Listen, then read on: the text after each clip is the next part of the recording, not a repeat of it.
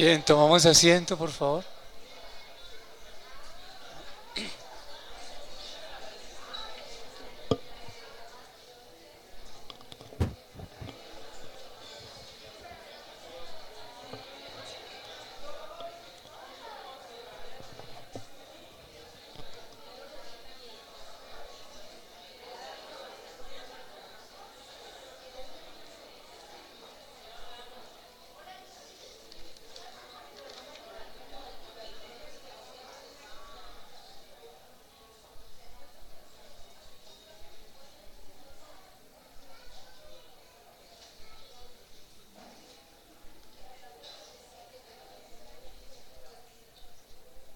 Bien, buenos días, bienvenidos.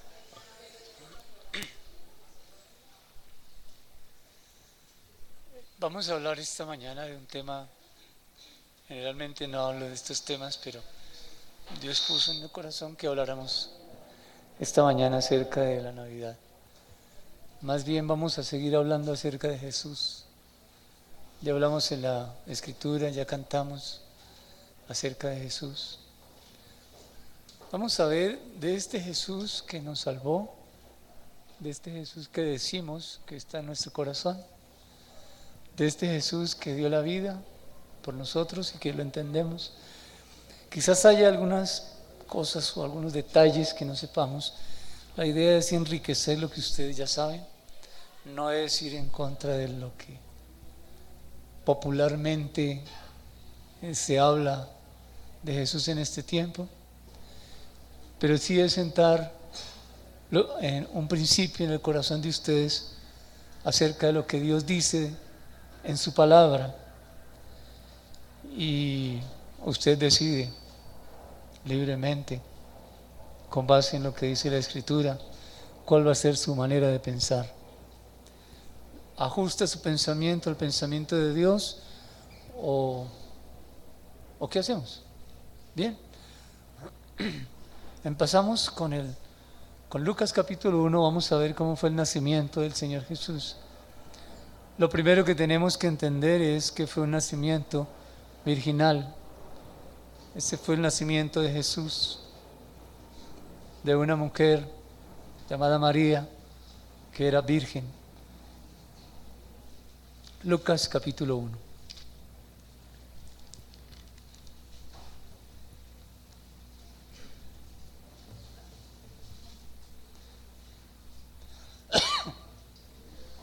Versículo 26, y leeremos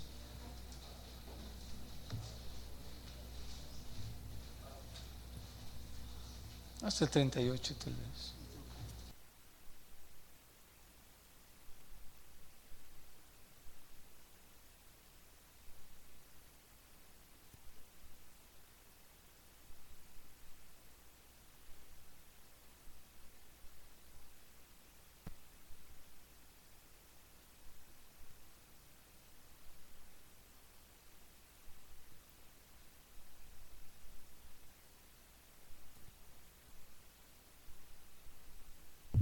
Sonido. Bien. Versículo 26, Lucas capítulo 1. Al sexto mes, el ángel Gabriel fue enviado por Dios a una ciudad de Galilea llamada Nazaret, a una virgen desposada con un varón que se llamaba José, de la casa de David, y el nombre de la virgen era María. Y entrando el ángel en donde ella estaba, dijo: Salve, muy favorecida, el Señor es contigo, bendita tú eres entre las mujeres. Mas ella, cuando le vio, se turbó por sus palabras y pensaba qué salutación sería esta. Entonces el ángel le dijo: María, no temas, porque has hallado gracia delante de Dios, y ahora concebirás en tu vientre y darás a luz un hijo y llamarás su nombre Jesús. Este será grande y será llamado Hijo del Altísimo, y el Señor Dios le dará el trono de David su padre, y reinará sobre la casa de Jacob para siempre, y su reino no tendrá fin. Entonces María dijo al ángel: ¿Cómo será esto? Pues no conozco varón. Respondiendo el ángel le dijo: El Espíritu Santo vendrá sobre ti, y el poder del Altísimo te cubrirá con su sombra, por lo cual también el santo ser que nacerá será llamado Hijo de Dios. Y aquí tu parienta Elisabet, ella también ha concebido hijo en su vejez, y este es el sexto mes para ella, la que llamaban estéril, porque nada hay imposible para Dios. Entonces María dijo: He aquí la sierva del Señor, hágase conmigo conforme a tu palabra. Y el ángel se fue de su presencia. Bien. Hay mucho material aquí para hablar acerca de ese anuncio del nacimiento de Jesús. Hay algo que queda como claro, ¿no? Y es que ella dice: ¿cómo será esto? Pues no conozco varón.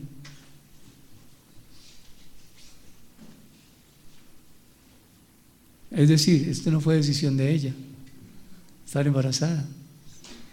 No fue decisión de José tampoco, porque además dice la Escritura: pues no conozco varón, es decir, no he tenido relaciones sexuales con ningún hombre. Ahí el verbo conocer tiene que ver con relaciones sexuales. No conozco varón. Entonces Jesús nace por voluntad de Dios, en el cumplimiento de una promesa.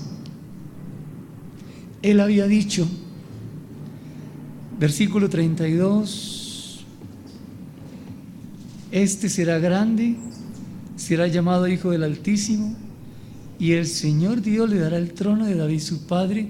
33, y reinará sobre la casa de Jacob, sobre todo Israel, para siempre, y su reino no tendrá fin. No fue papá y mamá que decidieron que naciera Jesús, fue el ángel. Además, versículo 31, darás a luz un hijo y llamarás su nombre Jesús. El nombre no fue puesto por los padres, como acontecía siempre y aún hoy, por supuesto. El nombre fue dado directamente por Dios. Su nombre se llamará Jesús, que quería decir Salvador. Era el cumplimiento de la promesa de Génesis 3:15. Iba a venir un Salvador. Bien. ¿Cómo fue ese nacimiento? Aquí dice que el Espíritu Santo, versículo 35, vendrá sobre ti. Cuando ella pregunta: ¿cómo será esto?, el ángel le responde: es un hecho sobrenatural. El Espíritu Santo viene sobre ti y el poder del Altísimo te cubrirá con su sombra, por lo cual también el santo ser que nacerá será llamado Hijo de Dios. En el 36, Dios alimenta la fe de María, porque le dice: mira, tu parienta Elisabet ya tiene 6 meses de embarazo y es una mujer, ya dice, en vejez, pero también estéril, está embarazada, y tiene 6 meses, es decir, ya la barriguita se le ve. No le dijo tiene 1 mes, seguramente me mira y pues yo no veo nada, pero tiene 6 meses. Dios alimentando la fe de una mujer que le creía. Esa fe que tenía María era la fe como resultado de la promesa que Dios había hecho y que todo judío, hombre y mujer, esperaban: la venida de un Salvador, la venida del Mesías. Pero aún esa fe que tenía María, que era correcta, Dios la fortalece más, porque lo que va a suceder es algo extraordinario. Ellos ya llevaban muchos años esperando la venida del Salvador. Repito, insisto, alimenta la fe de esta mujer. Eso no ha cambiado. Dios, a través de pequeños detalles, aun cuando usted tenga fe, Él sabe que podemos caer en impaciencia. Y el primer pensamiento es: yo no oí a Dios, esto fue mi carne. Un pensamiento extremo es: Dios no me oye. Más extremo: Dios no existe. Pero aquí Dios alimenta la fe de María como alimenta la fe de cada uno de nosotros, de sus hijos, y la alimenta todos los días, porque Él sabe que podemos fallar. Es tan fácil que nuestra fe se debilite, es tan fácil caer en la desgracia, caer de la gracia. No estoy hablando de perder la salvación, estoy hablando de debilitarnos profundamente en la fe, de debilitarnos en la fe. Fortalece la fe. Bien, ese nacimiento virginal de Jesús es importante. ¿Por qué? ¿Por qué tenía que nacer de una virgen?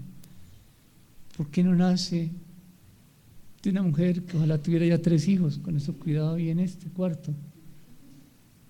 Pero nace de una virgen. ¿Por qué tenía que ser de una virgen? Estaba anunciado desde Génesis 3:15, pero busquemos entender por qué a través de una virgen.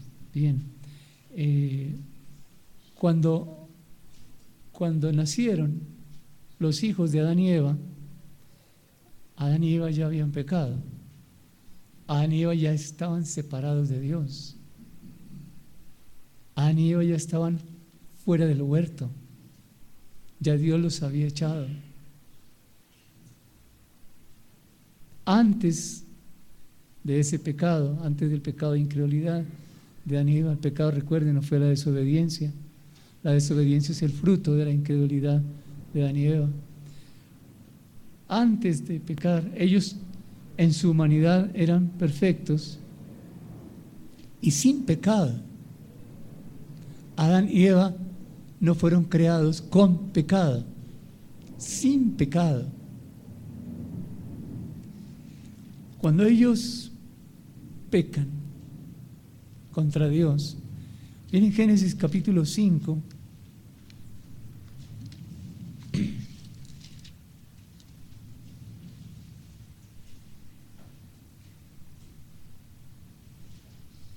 versículo número 3, dice la Escritura: y vivió Adán 130 años y engendró un hijo a su semejanza, conforme a su imagen, y llamó su nombre Set.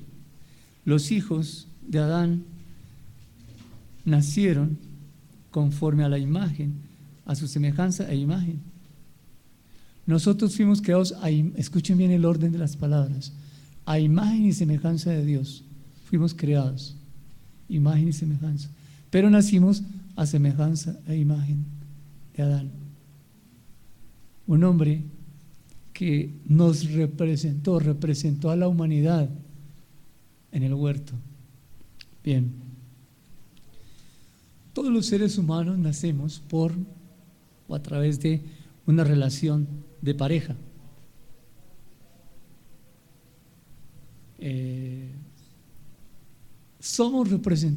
Fuimos representados por Adán de manera personal.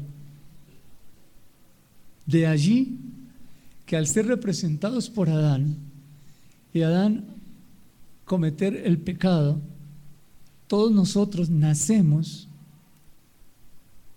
con ese pecado, porque Adán nos estaba representando. Pero Cristo, ¿cómo nació Cristo? Uno podría pensar, bueno, No nació de una relación sexual, por eso nació sin pecado. Entonces, ¿las relaciones sexuales son pecaminosas? Esa sería la afirmación, si llegáramos a pensar de esa manera. No, no, no, no. No es que a través de la relación sexual se transmita el pecado y que haya un pecado generacional que se está transmitiendo. No, ese no es el orden. Repito, estaríamos diciendo que una relación de pareja sería pecaminosa si decimos que José y María no tuvieron relaciones y que por eso se necesitaba un nacimiento virginal para que no hubiera pecado. No es así. ¿Por qué Jesús nace sin pecado? Sencillamente porque a él no lo estaba representando Adán. Adán no estaba representando a Jesús. Toda la raza humana representada en Adán, nacimos después del pecado.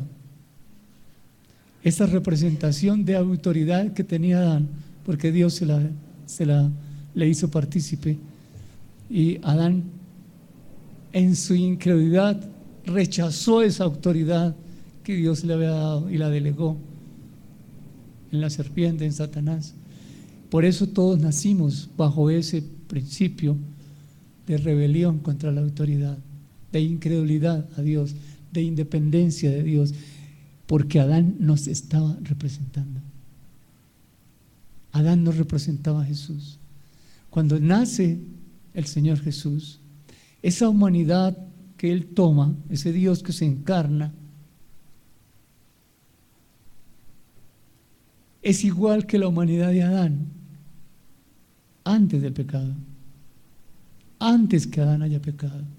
Jesús nace sin pecado como Adán fue creado sin pecado. Luego toma mucho valor el hecho de encontrarnos a dos hombres en condiciones naturales humanas. A uno, Adán, que finalmente no le cree a Dios, y a otro, Jesús, que finalmente le cree a Dios. Son dos hombres. Jesús hubiera podido creer lo que la serpiente Satanás le estaba diciendo en el desierto, pero sencillamente él le creyó a su padre. Adán tenía todo para creerle a Dios, absolutamente todo para creerle a Dios. Cristo está libre del pecado adánico porque no fue en ninguna manera representado personalmente por Adán. Nosotros sí. Por eso viene el nacimiento virginal de Jesús. Juan capítulo 8, versículo 46.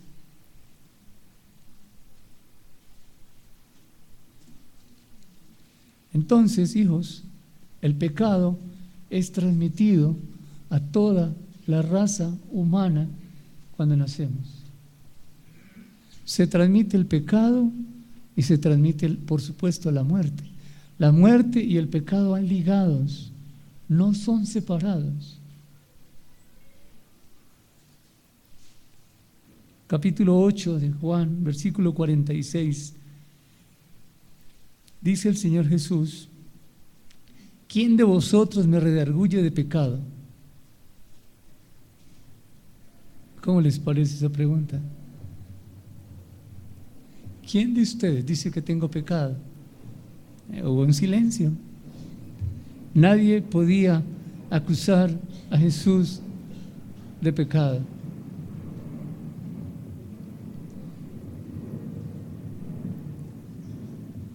Le dijo a los hombres que trajeron una mujer para ser apedreada: el que de ustedes esté sin pecado, tire la primera piedra.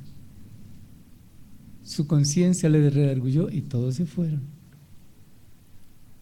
Cuando nos paramos frente a la palabra, como esta mañana, cuando hablábamos de la impaciencia, creo que algunos fuimos redarguidos por Dios ante nuestra impaciencia, ante nuestra desconfianza, ante no reconocer la fidelidad de Dios hasta el punto de creer que lo que Él dice en su palabra y lo que nos ha dicho es así. Es más, Dios alimenta nuestra fe todos los días con una carta de amor. Todos los días Dios envía una carta de amor para nosotros en el diario vivir. ¿Desayunaron? ¿Durmieron? ¿Estamos respirando? ¿De cuántas cosas no nos habrá guardado Dios desde que nos levantamos hasta que llegamos y estamos hoy aquí? No lo sabemos, pero sí llegamos a conocer algunas y podemos decir: Dios me ha guardado. Y si usted revisa un poquito hacia atrás, antes de que conociera la obra de Dios, ¿de cuántas cosas lo libró Dios? De muchas. Y la manifestación de su amor ha sido visible en el cafecito de la mañana, o en el pan, o en la arepita, o bueno, los que comen poquito, los que comen mucho. Ahí Dios estaba manifestando su amor. El reunirnos hoy como hermanos, en saludar, Dios manifestando el amor. Mire, el saludo no es ¿qué hubo? ¿Cómo le va? Como yo le entiendo, debe ser un abrazo de hermano. Que la persona experimente el amor de Dios en verdad. No es un saludo, nuestro saludo de la mañana no es un saludo formal de educación, es espiritual y es de convivencia, es de amor. Yo espero que ustedes siempre lo vean de esa manera. Primero de Pedro capítulo 2, ese nacimiento virginal de Jesús fue sin pecado. Primera de Pedro capítulo 2. Y su vida giró alrededor de la dependencia de su Padre. No se halló pecado en Jesús. Versículo 22. ¿Quién lo puede leer, por favor?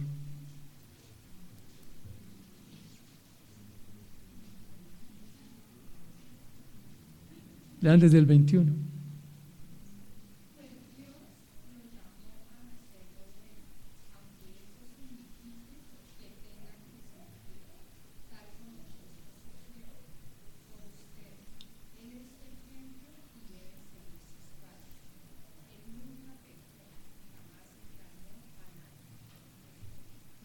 La Escritura, que es inspirada por el Espíritu Santo, dice: el cual Jesús no pecó ni se halló engaño en su boca.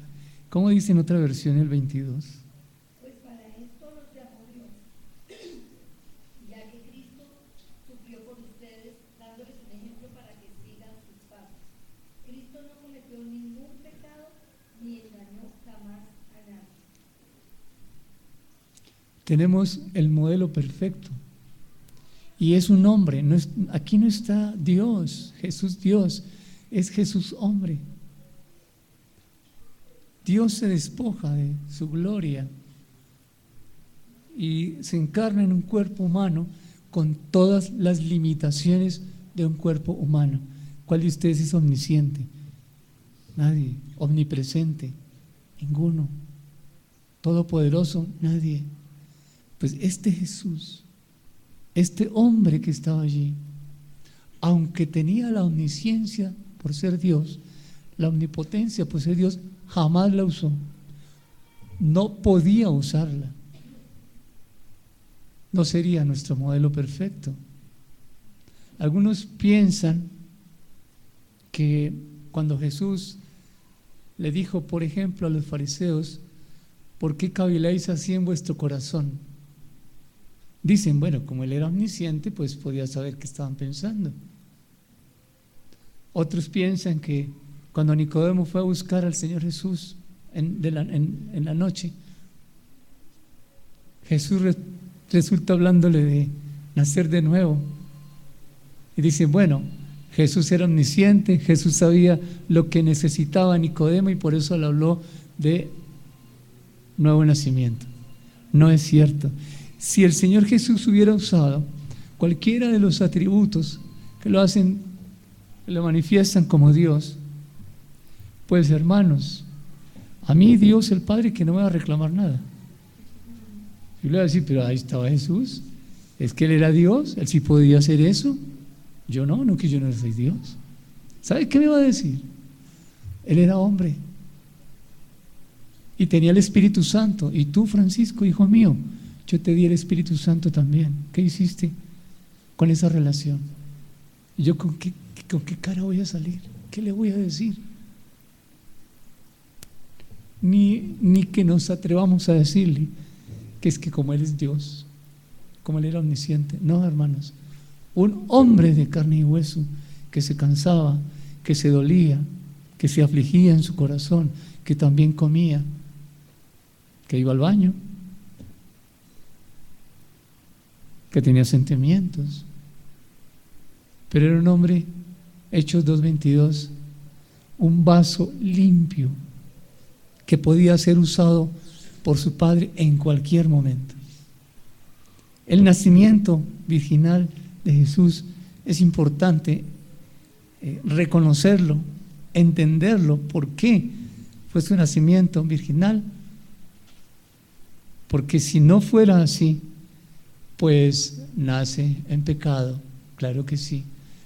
Igual que Adán tuvo sus hijos a través de la relación, pues Adán y Eva también tienen una relación.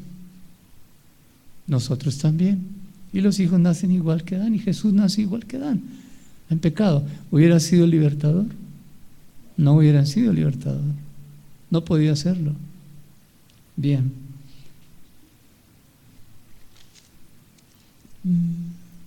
Vamos a mirar en Lucas.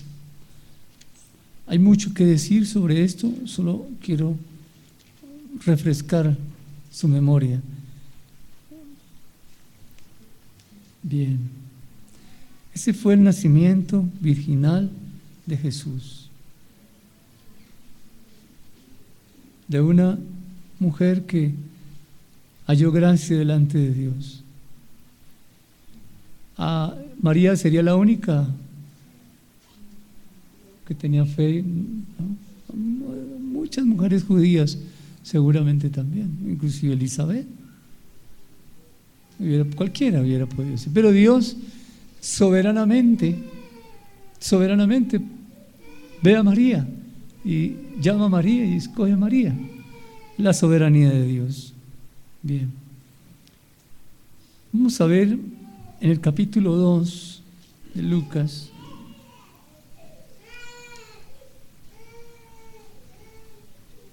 versículo 1 hasta el 20.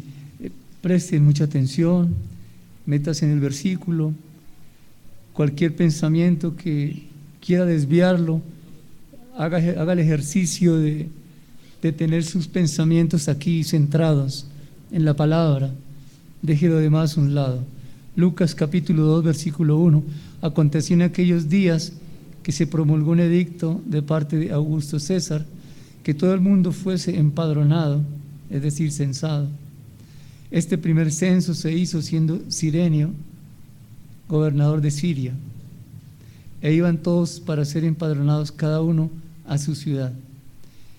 Comienza hablando de Augusto César. ¿Por qué deja el Espíritu Santo estos primeros versículos así?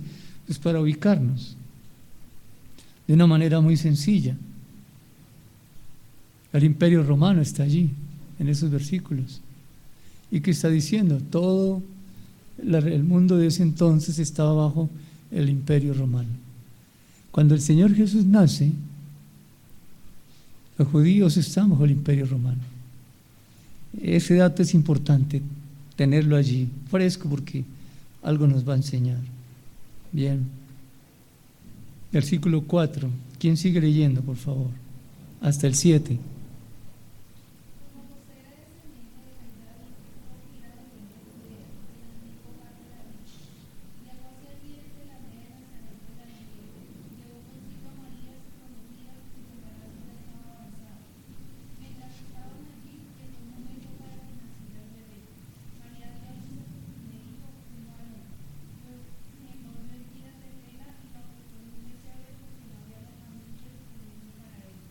Bien, no está allí.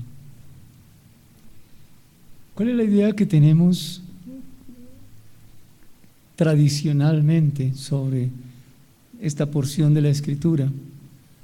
Que José llegó con María a esta ciudad, que no había lugar, y que entonces les tocó en un pesebre, porque allí dice, porque no había lugar en el mesón para ellos. Entonces, como que le tocó en un pesebre. ¿Qué es pesebre? Un establo. ¿Qué hay en un establo? Animales. Y usted ve las fotografías o las imágenes más bien a Jesús, el niño Jesús con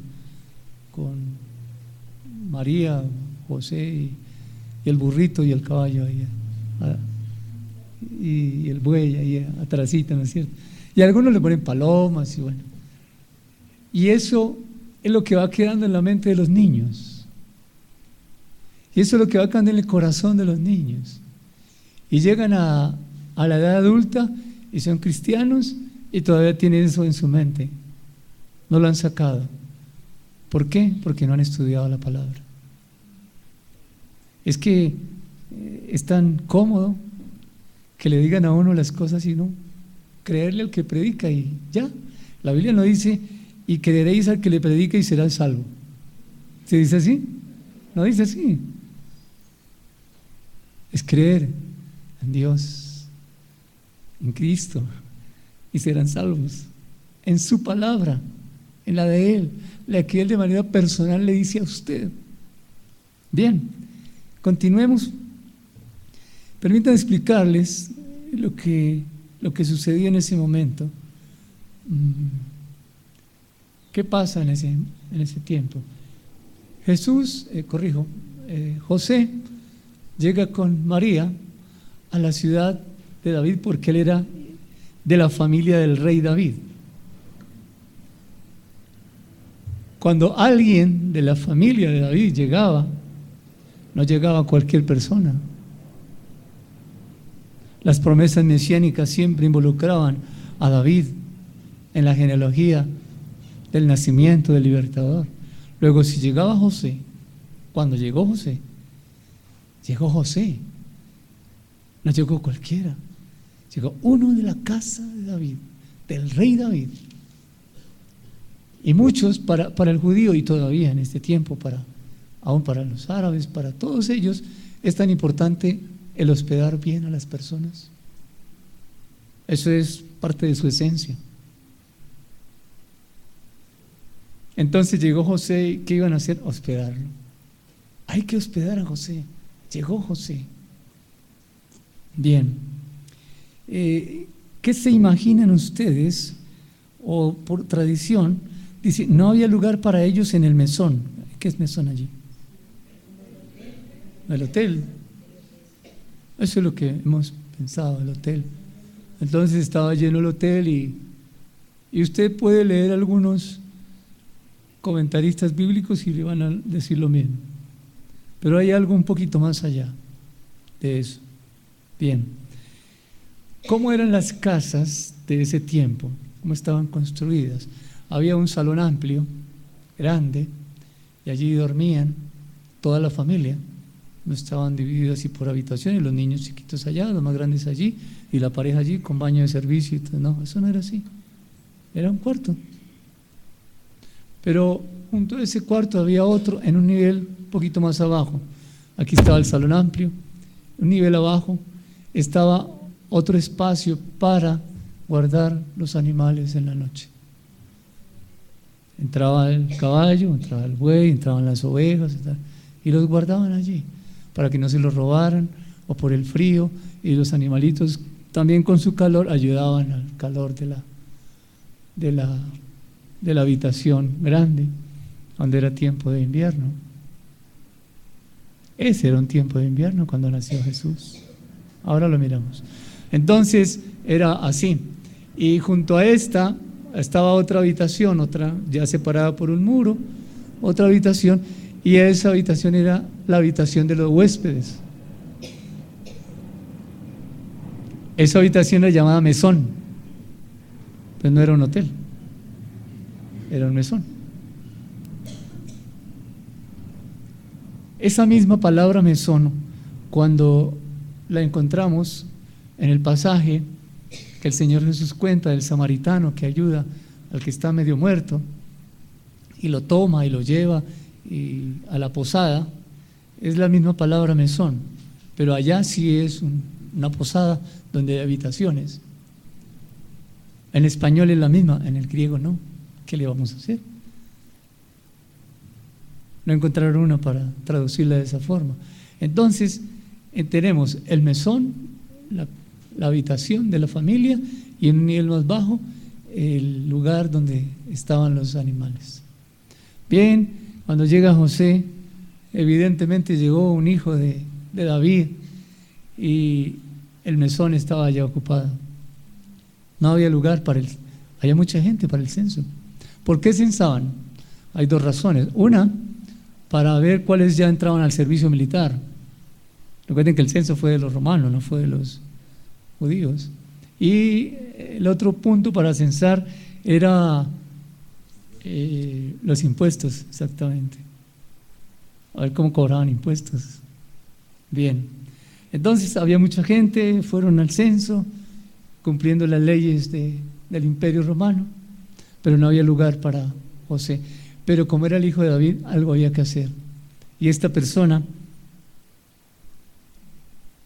abre espacio en ese lugar donde se guardan los animales.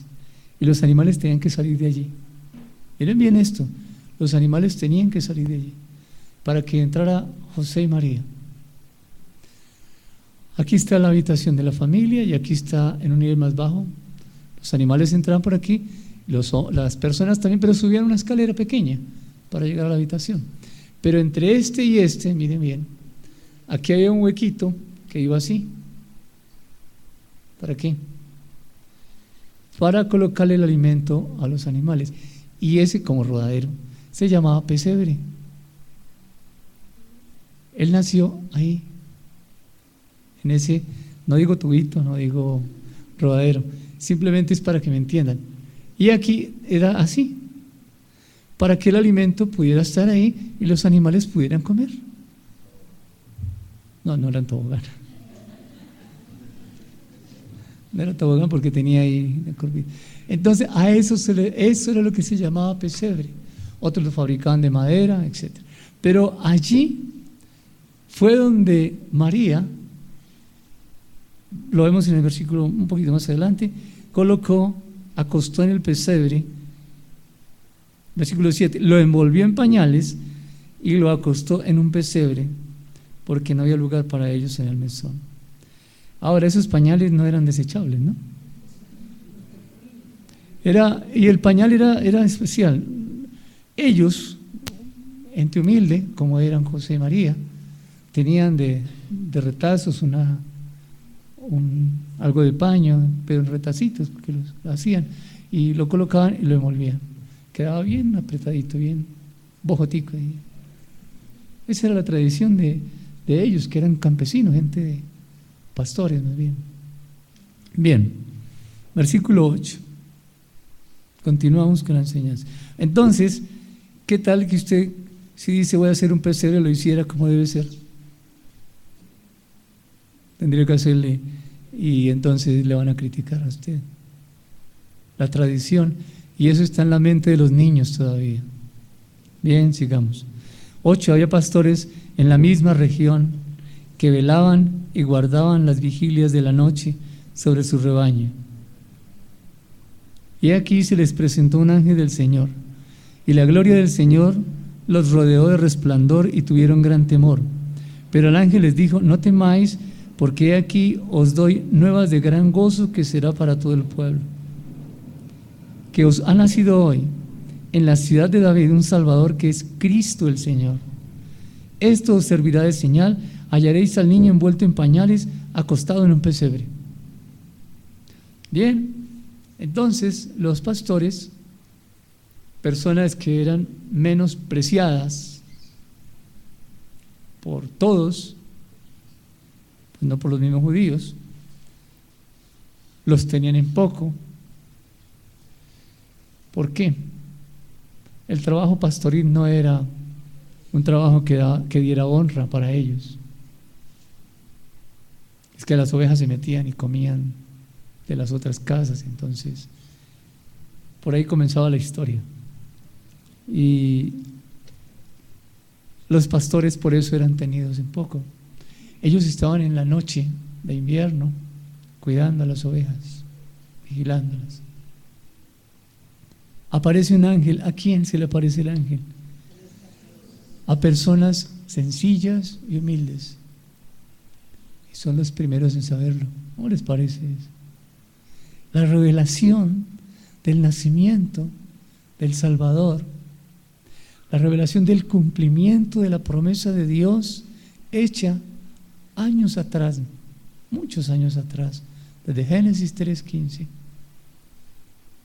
llegó a estos sencillos y humildes. ¿Por qué? Van a ser el Salvador. ¿Qué les dice? Primero, miren esta presentación. Se les presentó un ángel del Señor y la gloria del Señor los rodeó de resplandor y ellos tuvieron gran temor. Es que por un momento es de noche, están en invierno, y aparece algo, digo lo que dice ahí, resplandor que les rodea. Pues ellos, dice la Escritura, tuvieron gran temor. Pero el ángel, Dios alimentando la fe, no teman, les doy las buenas noticias para todo el pueblo. Nació Cristo el Señor. Escuchen lo que dice el 12. Esto servirá de señal. Escuchen. Va a dar una señal. Hallaréis al niño envuelto en pañales. 1, 2. Está acostado en un pesebre. 2 señales. Son señales para estos pastores. Dios, que conoce el corazón del hombre, sabía cómo ellos iban a entender, estos pastores humildes, cómo podían entender que había nacido el Salvador. Piensen por un momento, ¿a quién estaban esperando los judíos? A un rey, y que viniera a liberarlos de un yugo romano. Luego esperaban algo así coloquialmente, como que viniera con una espada en la mano, y tal vez montaban un caballo. Bueno, eso es algo muy coloquial, pero ellos están esperando un libertador del yugo romano. Pero Él les da una señal: está envuelto en pañales y está en un pesebre. Si ellos esperan un rey, ¿dónde nace un rey? En un palacio. Ellos nacen en un palacio. ¿Qué podrían pensar? Bueno, rápidamente, o nacieron en el palacio del gobernador, o un mercader, gente acomodada, con un lugar muy especial, y cómo vamos a ir allá. Pero Él dice, es ángel, hallaréis. Ese hallaréis quiere decir, ustedes van a ir envuelto en pañales. Aquellos que tenían la posibilidad económica más alta que estos humildes pastores, no envolvían a los niños en pañales, ni los acostaban en el mismo lugar donde los animales comían. Ellos tenían un lugar especial y de manera especial también los cubrían. Luego, cuando los pastores reciben esa noticia, esa sí es una buena noticia. ¿Cuál era la buena noticia? Que el que ha nacido como Salvador es uno común y corriente, así como nosotros. Podemos ir a visitarlo, podemos ir, imagínense eso. Esa sí es una buena noticia. Cuando le digan, nació el Rey del mundo, pues sí, bueno, gracias que ya vino. ¿Y qué? Esto nos enseña la cercanía que Dios quiere que el hombre, nosotros seres humanos, tengamos con el Creador de los cielos y la tierra, Jesús, Cristo. Dejó la puerta abierta, pero de par en par. No hay forma de que nosotros podamos decir, no tengo cómo acercarme a Dios. No, porque desde el comienzo Dios dejó esto muy claro, pero muy, muy claro. Podemos acercarnos a Él porque es una persona como nosotras, pero sin pecado, como ya lo vimos. Bien. Repentinamente apareció, versículo 13, y con el ángel una multitud de las huestes celestiales que alababan a Dios y decían: Gloria a Dios en las alturas. ¡Qué coro, por favor! Hueste celestial y no son 5 ángeles o 10. Es una multitud que ellos no vieron, pero escuchaban las voces. Gloria a Dios en las alturas y en la tierra paz. Buena voluntad para con los hombres, porque ha venido el Salvador. ¿Eso se vive hoy? ¿Los niños saben eso? ¿Qué saben los niños? Que llega el niño Dios. Y como esto está americanizado, ahora es Papá Noel. Ya no es el niño Dios. Que el niño Dios le va a traer un regalo. Que Papá Noel viene en un trineo tirado por unos animalitos y ahí está, y las películas. No debe ver al niño películas violentas. No, él solamente ve Papá Noel. Eso no es violento. Es alienante, pero eso no es violento. Gloria, versículo 14. Gloria a Dios en las alturas y en la tierra paz, buena voluntad para con los hombres. Sucedió que cuando los ángeles se fueron, ¿cómo queda el corazón de ellos?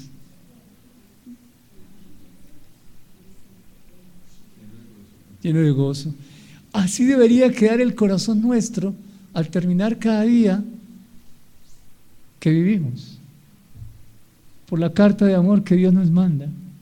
En su carta de amor nos está diciendo: yo estoy contigo, yo estoy tan cerca de ti como estos pastores podían estar cerca del niño que nació y está envuelto en pañales en un pesebre.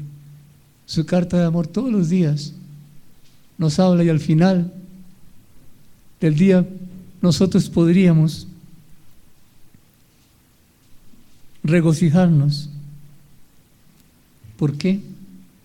Porque es como si un coro de ángeles cantara. No escuchamos el coro de ángeles cantar, pero vemos los hechos de Dios. Usted se sube al Transmilenio y preciso hay un asiento para usted. Usted hace una diligencia y así haga la fila. Dios le está enseñando, moldeando, formando su carácter. Se le colaron 2 o 3, entonces tiene la posibilidad de gritar, de poner una tutela, o de decir: Señor, gracias, me estás enseñando, algo me estás enseñando. Quizás pueda usted hablar con una persona y enseñarle, al final del día, poder entender que Dios alimentó mi fe durante este día para poderlo vivir a la manera de Dios. Pero cuando dejamos pasar eso, nos afanamos. ¿Y qué tal que mañana aumente el IVA y aumente la gasolina y suban los víveres? ¿Y qué tal que mañana, y ya viene el muchacho y sale de bachillerato, bueno, sale del colegio y entra a la universidad, y la plata, y aparecen los afanes que ahogan la palabra? Y somos cristianos, pero los afanes ahogan la palabra. Claro que sí. Y las tradiciones es más terrible, como dice en el Evangelio respecto a las tradiciones. ¿Qué dice? ¿Alguien sabe el versículo? Porque vuestras tradiciones anulan. Es increíble lo que dice. Anulan la palabra. Ya no es que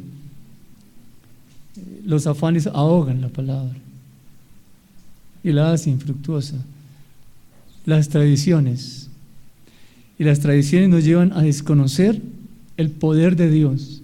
Mire, ese es un mensaje que el mundo que está bajo el maligno lanza para su mundo, y la iglesia se involucró en eso. Y ha tomado ese mundo y ha permitido que ese pensamiento y esas tradiciones religiosas paganas penetren en la mente y el corazón de la iglesia cristiana. Son paganas. Ese es su origen. No digo que el pesebre o que el árbol sea de origen pagano, digo la tradición sí es de origen pagano, porque de eso hicieron paganismo. Sigue diciendo el versículo 15: sucedió que cuando los ángeles se fueron de ellos al cielo, los pastores se dijeron unos a otros: pasemos pues hasta Belén y veamos esto que ha sucedido. Ellos no lo pusieron en duda, veamos lo que ha sucedido y que el Señor nos ha manifestado. Vinieron pues apresuradamente, todos estos verbos son maravillosos, y hallaron a María y a José y al niño acostado en el pesebre, y al verlo, dieron a conocer lo que les había dicho acerca del niño, los ángeles. Y todos los que oyeron se maravillaron de lo que los pastores les decían. Pero María guardaba todas estas cosas, meditándolas en su corazón.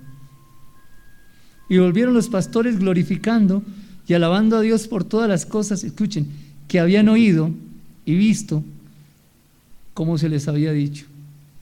Es decir, María estaba bien atendida donde estaba. Estos pastores, si hubieran visto que a María, que era María y José, eran huéspedes de la persona de la casa, si no estuviera bien atendida, ellos toman a esa pareja y se la llevan, porque para ellos el hospedaje es muy importante, refleja el amor de Dios, y ellos lo hacen. ¿Recuerdan a Abraham? ¿Recuerdan a Lot? Ustedes pueden tener pasajes donde ellos hospedan y cómo tratan a los huéspedes, que hasta la vida dan porque ellos estén bien. Por eso el Señor Jesús le dijo a Simón: Simón, una cosa tengo que decirte, yo entré aquí y tú no hiciste ni esto, ni esto, ni esto. Como huésped, Simón tenía que haber hecho eso, pero esta mujer que está aquí a mis pies no ha cesado de hacerlo. Eso nos ayuda a entender cómo se trataba a un huésped, y por eso el Espíritu Santo ha registrado, versículo 20, alabando a Dios por todas las cosas que habían oído y visto, como se les había dicho. Maravilloso, realmente es maravilloso. Bien, entonces, ¿quién nació? Nació Jesús, un hombre sencillo, un hombre sin pecado, un hombre para que el mundo pudiera tocarlo, hablar con él, y hoy nosotros pudiéramos entender que ese Dios, creador de los cielos y la tierra, ese Dios creador de los cielos y la tierra, se hizo hombre y habitó entre nosotros. Qué regalo tan maravilloso, qué obra tan maravillosa.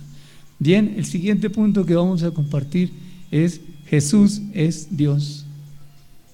Si no entendemos que Jesús es Dios, ¿quién nos salvó? Un hombre llamado Jesús. Pero si no sabe que Jesús es Dios, ¿quién nos salvó? La Biblia dice que salva a Dios. Veamos. Primera Timoteo capítulo 3.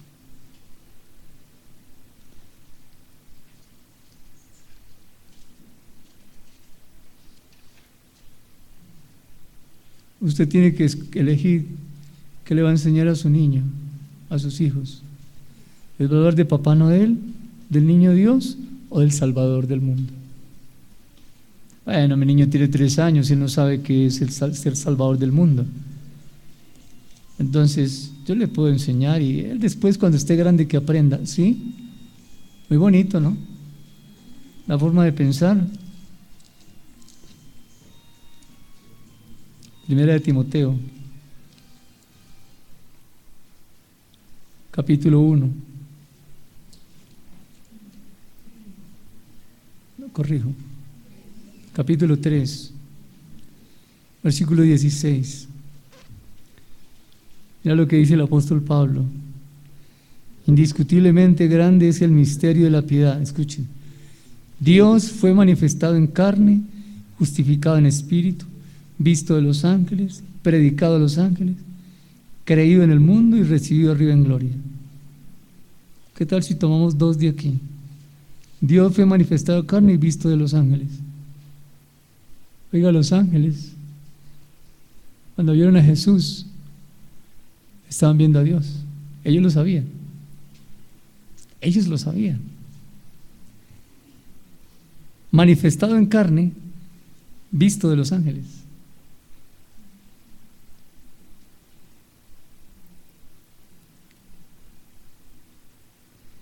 Creo que tenemos que acercarnos al Señor Jesús con más respeto, quienes no lo hacen, Él es el creador de los cielos y la tierra. Jesús es Dios. Jesús es Dios. ¿Quién está sentado a la diestra del Padre? Un hombre. Otro día profundizamos esto. Un hombre llamado Jesús es el que está sentado a la diestra del Padre. Bien. Eso dijo Esteban, ¿no? Veo los cielos abiertos y al Hijo del Hombre. ¿A quién se llamaba el Hijo del Hombre? En Apocalipsis, el primer capítulo, Juan, vayan allá un momento, por favor. Apocalipsis, capítulo 1.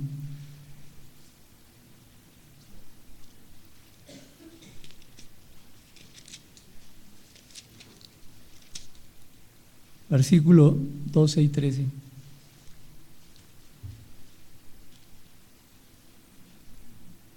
Dice el apóstol Juan, y me volví para ver la voz que me hablaba, y vuelto, vi 7 candeleros de oro, Antiguo Testamento, y en medio de los 7 candeleros a uno semejante al Hijo del Hombre, vestido de una ropa que llegó hasta los pies y ceñido por el pecho con un cinto de oro. Pero vio a uno semejante al Hijo del Hombre. Esto es más o menos 60, 70 años después. Juan está viendo esa revelación en el cielo. ¿Qué ve en el cielo? A Jesús sentado allá en el cielo. Jesús es Dios. Juan capítulo 20.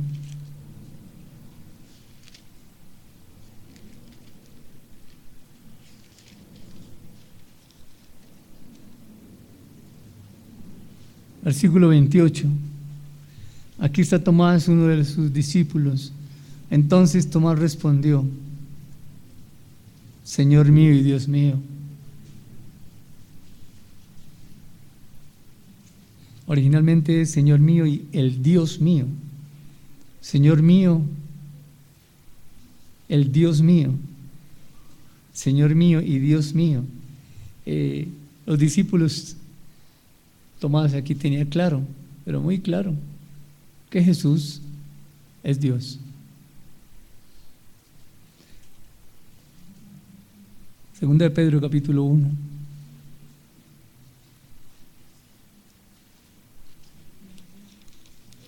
Segunda de Pedro capítulo 1, versículos 1 y 2.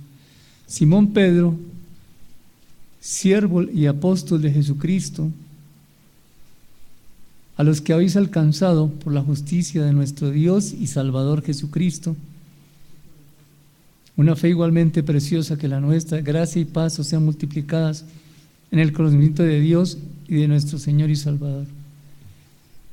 Aquí está el apóstol Pedro, en el capítulo 1, versículo 1 y en el 2, nuestro Dios y Salvador Jesucristo. No son dos personas, es una.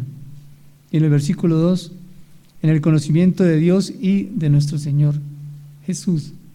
Jesús, ellos entendían que era Dios. Segunda de Corintios capítulo 5. Segunda de Corintios capítulo 5. Unido a Romanos capítulo 14. Segunda de Corintios 5, Romanos 14.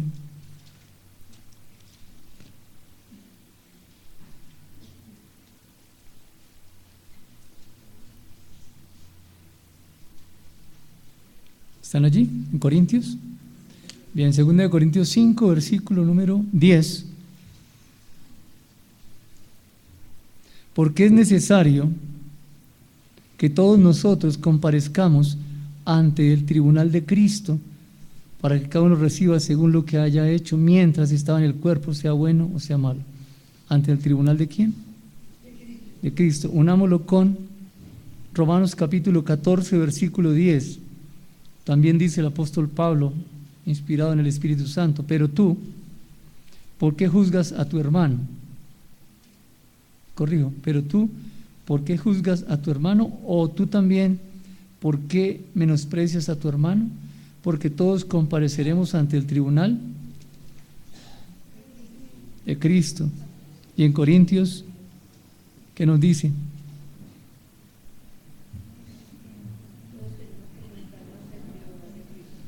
Ante el tribunal de Cristo. Cristo es Dios, porque ante Él nos vamos a presentar ante Dios. Cristo es Dios. Romanos capítulo 9, versículo 5.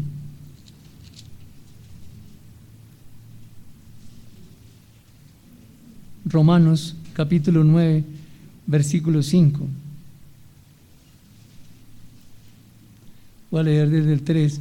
Porque deseara yo mismo ser anatema, dice el apóstol Pablo, separado de Cristo por amor a mis hermanos, los que son mis parientes según la carne, que son israelitas, de los cuales son la adopción, la gloria, el pacto, la promulgación de la ley, el culto y las promesas. Versículo 5. De quienes son los patriarcas, y de los cuales según la carne vino Cristo, el cual es Dios sobre todas las cosas, bendito por los siglos. Amén. Jesús, Dios. Bueno, Jesús es un nombre humano. Cristo es no es un nombre divino, sino su posición divina. Jesucristo. Después de la cruz es Cristo. Antes de la cruz estaba como Jesús. Después está como Cristo, como Jesucristo, dando a entender que Jesús es Dios. Bien. Vamos a mirar, además que Jesús es Dios, vamos a mirar que Jesús en el Antiguo Testamento también aparece. Miren Lucas capítulo 1. Lucas capítulo 1.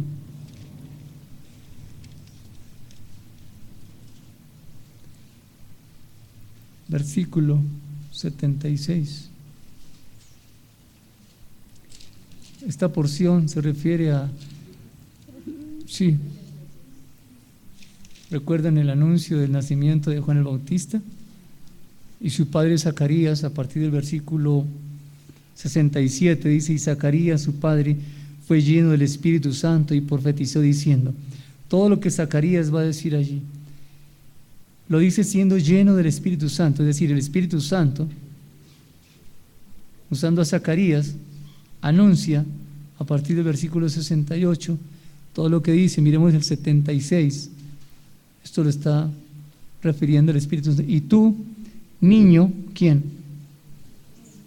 Juan el Bautista, profeta del Altísimo serás llamado, porque irás delante de la presencia del Señor para preparar sus caminos. ¿Delante de la presencia de quién? Bien, esto que está diciendo Zacarías se refiere a lo que ya Dios había dicho en Malaquías capítulo 3. Acérquense a Malaquías capítulo 3.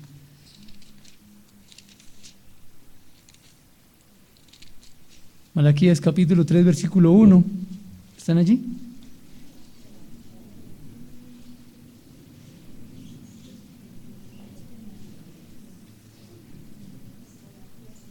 Malaquías capítulo 3, versículo 1. He aquí yo envío mi mensajero. ¿Yo quién? El que está hablando. Pero vamos a ver quién está hablando. Capítulo 3, versículo 1. He aquí yo envío mi mensajero. Ese es el mensajero de él. Vamos a ver quién es él. El cual preparará el camino delante de mí. ¿Sí? Y vendrá súbitamente a su templo el Señor, a quien vosotros buscáis, y el ángel del pacto, a quien deseáis vosotros. He aquí viene, ha dicho ¿quién? Ha dicho Jehová de los ejércitos. Entonces, está desde el versículo dice, he aquí yo, ese yo ¿quién es? Jehová de los ejércitos. Envío mi mensajero, ¿el de quién? El de Jehová de los ejércitos, el cual preparará el camino delante de quién? De mí. ¿De quién? De Jehová de los ejércitos. Ahora miren otra vez Lucas capítulo 1, versículo 76.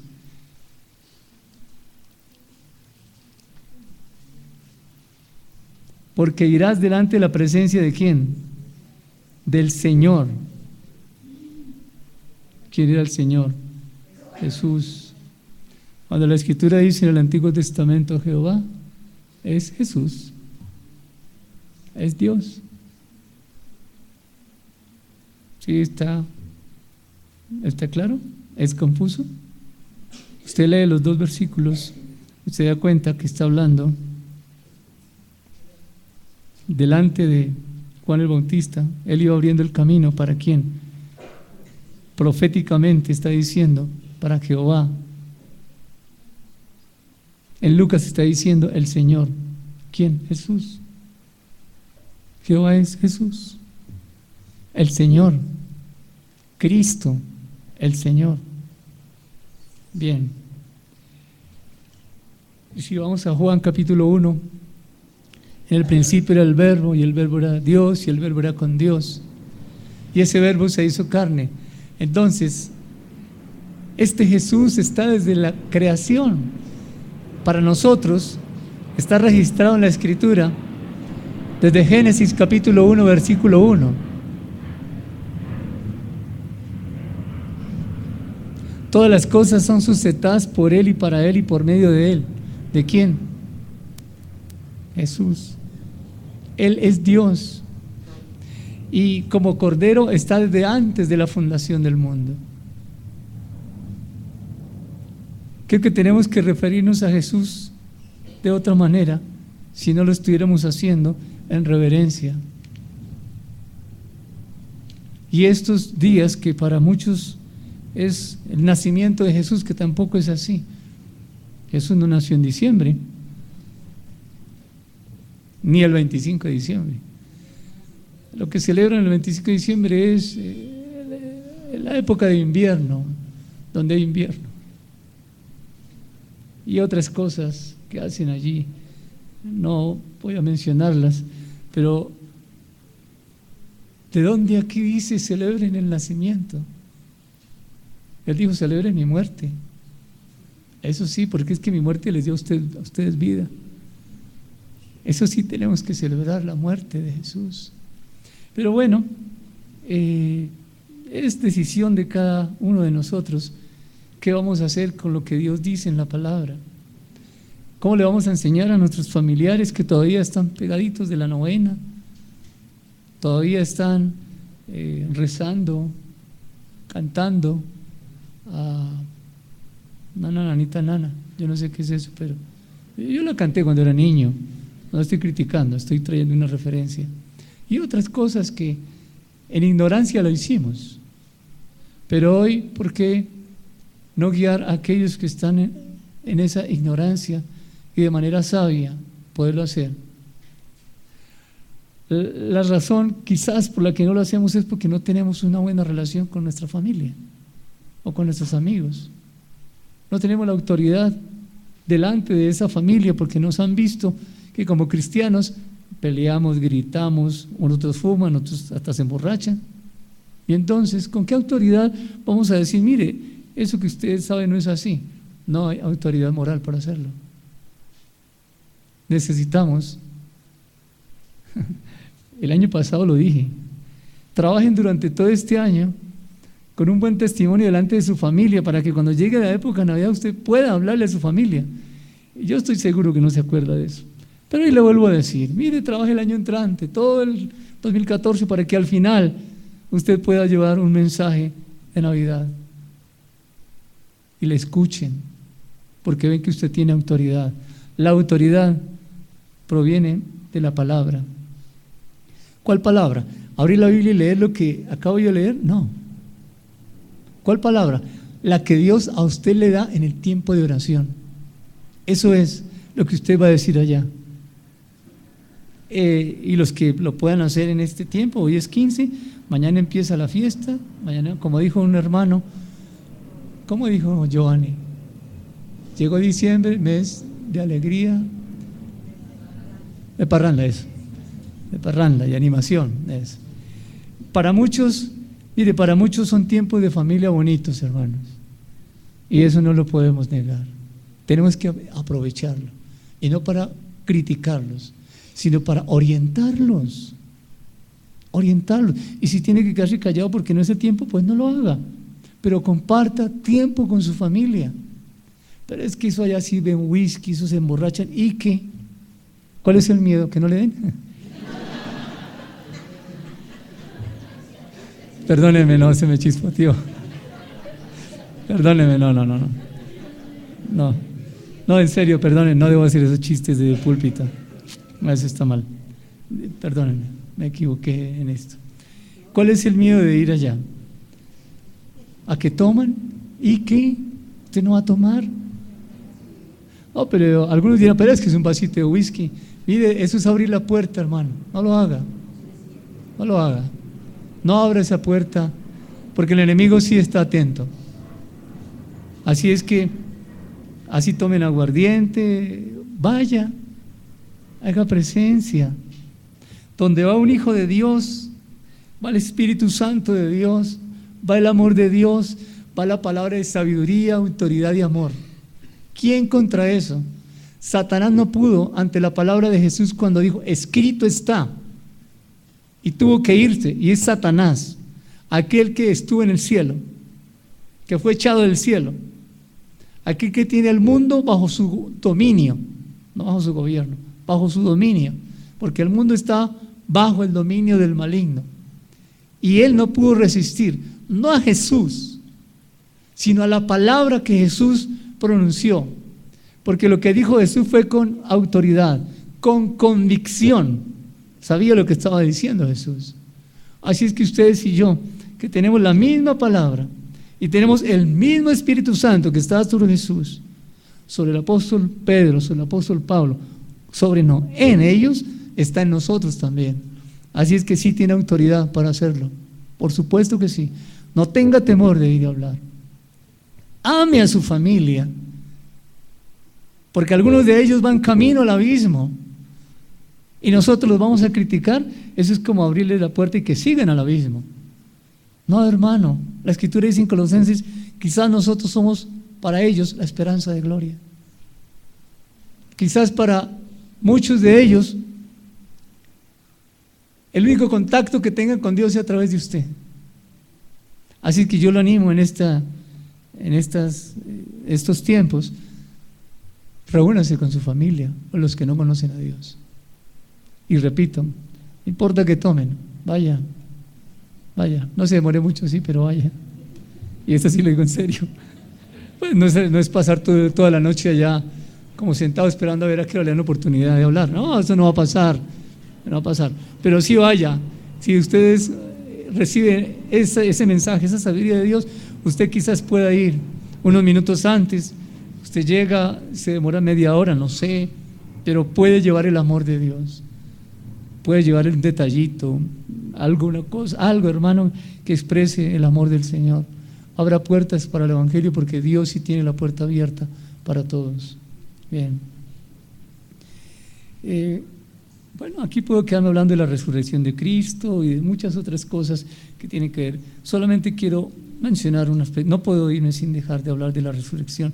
1 Corintios capítulo 15, hablando de que Jesús es Dios, algo que nos alienta, algo que nos fortalece, es el hecho de saber que este Jesús resucitó de entre los muertos. 1 Corintios capítulo 15.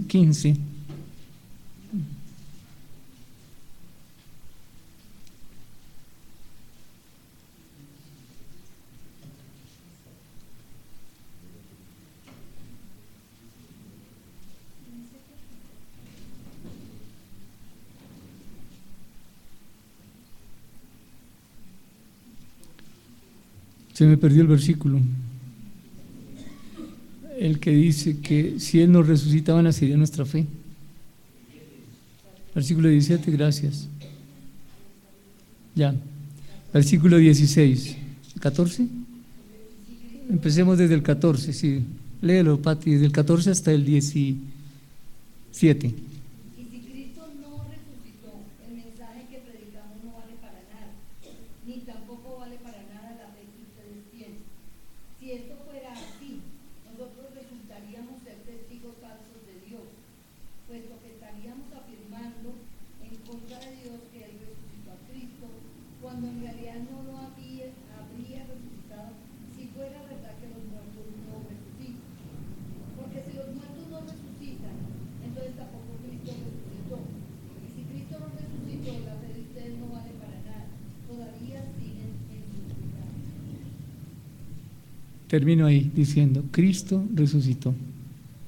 Por eso la fe nuestra tiene fuerza, por eso hay convicción, pero para eso tenemos que amar esta primera venida de Jesús, amarlo, amar lo que Él hizo, amar quién es Él, Dios, el creador de los cielos y la tierra.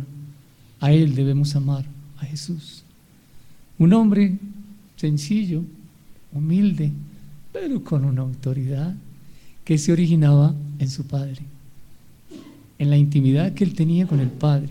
Nada hago por mí mismo, hago la voluntad de mi Padre, estoy cerca de mi Padre. Eso ya lo hemos leído aquí. Él estaba cerca del Padre. Bien, ¿qué vamos a hacer en este tiempo? Algunos reciben la prima donde trabajan, entonces tienen un poquito más de dinero. Esto que digo, ya lo he dicho, todos los años digo lo mismo, porque todos los años pasa lo mismo. Entonces les dan dinerito y con ese dinerito, ¿sabe que muchos que hacen? Espero que usted no lo hagan. Hay expresiones que salen de nuestros labios como por ejemplo, cojamos taxi. Nunca coge taxi, pero como ahora tiene plata, pues cojamos taxi. Y lo otro es, tranquilo que yo pago. Ahí yo pago. ¿Por qué? ¿Por qué? Y entonces ese dinerito lo invierte en regalos y le da regalos a toda la familia y se le acabó el dinero. ¿Qué hizo con el dinero? Lo invertí bien, lo gasté en toda mi familia, a todos les di regalos. ¿Por qué? Bueno, porque es que este es un tiempo en que se dan regalos. Y se fue la prima. Nos toca dar regalos porque durante el año no hemos hecho nada, o quizás hemos hecho poco, o algunos piensan que es que el regalo muestra mucho. Si realmente un regalo muestra mucho, hágalo con sus manos. Hágalo de cosas reciclables. Eso sí que vale mucho, hijos. Está cuidando el planeta y realmente está teniendo un detalle muy bonito con aquellos que ama. Con las manos. Eso no cuesta mucho. Escriba, si es que no sabe, no tiene la capacidad de hacer manualidad, entonces escriba. No, pero yo no sé escribir, entonces vaya y hable con la persona. Es que está muy lejos, llámelo por teléfono. Pero haga algo de la creatividad. Yo no digo que no gaste algo, claro que sí, un tiempo para salir con la familia, con la esposa y los hijos, quiero decir, no digo toda la familia, con la esposa y los niños, salir, compartir algo. Sí se va un poquito más, pero no se va toda la prima. No se puede ir allí, hijos. Eso no es, Dios no está en eso, hijos, para nada. Así es que, gracias a Dios por la palabra que nos alienta. Y si la familia le critica porque usted no dio regalo, ¿qué va a hacer? A ver qué el pastor dijo. Ah, claro, entonces ya se va contra el pastor y contra las iglesias cristianas. Yo no le estoy diciendo que no lo haga. Yo le estoy diciendo, mire, revise lo que dice la palabra. Revíselo muy bien para que usted salga a hacer el pesebre, el arbolito y cantar la novena. Eso no puede estar en el corazón de un cristiano. No cabe en el corazón de un creyente eso. Pero es que mis niños están chiquitos y para que vean cómo está la casa de bonita y el resto del año la casa no está bonita. No está bonita cuando hace aseo, cuando las cosas están en orden. Está bonita es cuando hay cosas rojas y verdes y tiritas así. Está bonita. ¿Sí? ¿Dónde está eso en la palabra? No, hijos. Nos han vendido unas ideas que ha penetrado en la iglesia y eso no debe ser así. Aprovechen este tiempo que para muchos es de regocijo. Digo para muchos, no para ustedes. Para nosotros todos los días debería ser de regocijo y aún el sufrimiento, el dolor, en medio de eso hay regocijo también. Pero aprovechemos este tiempo para compartir con la familia, una llamada, una visita, un detalle, hágalo. Y prepare, entonces, si no lo hizo este año, prepare durante el 2014 para que al fin del año usted pueda ir hablando de la palabra durante todo el año, pueda hacerlo. Amén. ¿Alguien quiere compartir, o más bien enriquecer la enseñanza con algo?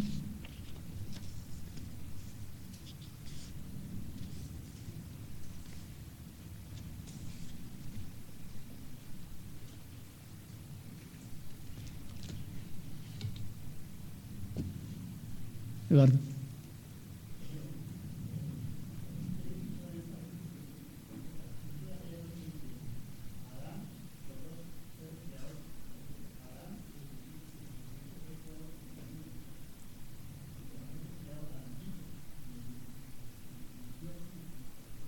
Sí, así es.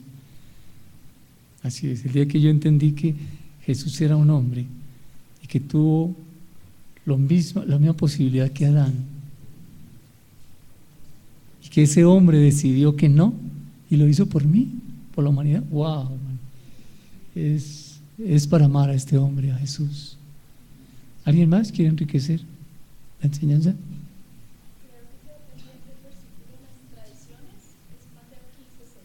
Gracias. ¿Quiere leerlo? Gracias, Solange.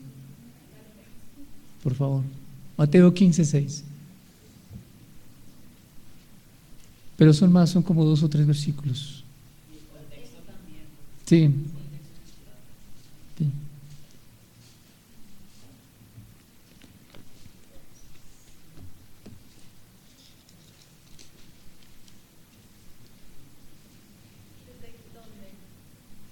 ¿Desde dónde? En este momento algunos fariseos y maestros de la ley. Perdona, ¿Mateo qué? 15:1. 15:1. Ya. En ese momento algunos fariseos y maestros de la ley religiosa llegaron desde Jerusalén para ver a Jesús. ¿Por qué tus discípulos desobedecen nuestra antigua tradición? Le preguntaron. No respetan la ceremonia de lavarse las manos antes de comer. Jesús les respondió. ¿Y por qué ustedes, por sus tradiciones, violan los mandamientos de Dios? Por ejemplo, Dios dice, honra a tu padre y a tu madre, y cualquiera que hable irrespetuosamente de su padre o su madre tendrá que morir. Sin embargo, ustedes dicen que está bien que uno le diga a sus padres, lo siento, no puedo ayudarlos porque he jurado a darle a Dios lo que les hubiera dado a ustedes. De esta manera, ustedes afirman que no hay necesidad de honrar a los padres. Y entonces anulan la palabra de Dios por el bien de su propia tradición. Hipócritas, Isaías tenía razón cuando profetizó acerca de ustedes porque escribió: este pueblo me honra con sus labios, pero su corazón está lejos de mí. Su adoración es una farsa porque enseñan ideas humanas como si fueran mandatos de Dios. Hasta ahí. Muy bien, gracias. ¿En cuál? Sí. ¿Cuál es la confusión?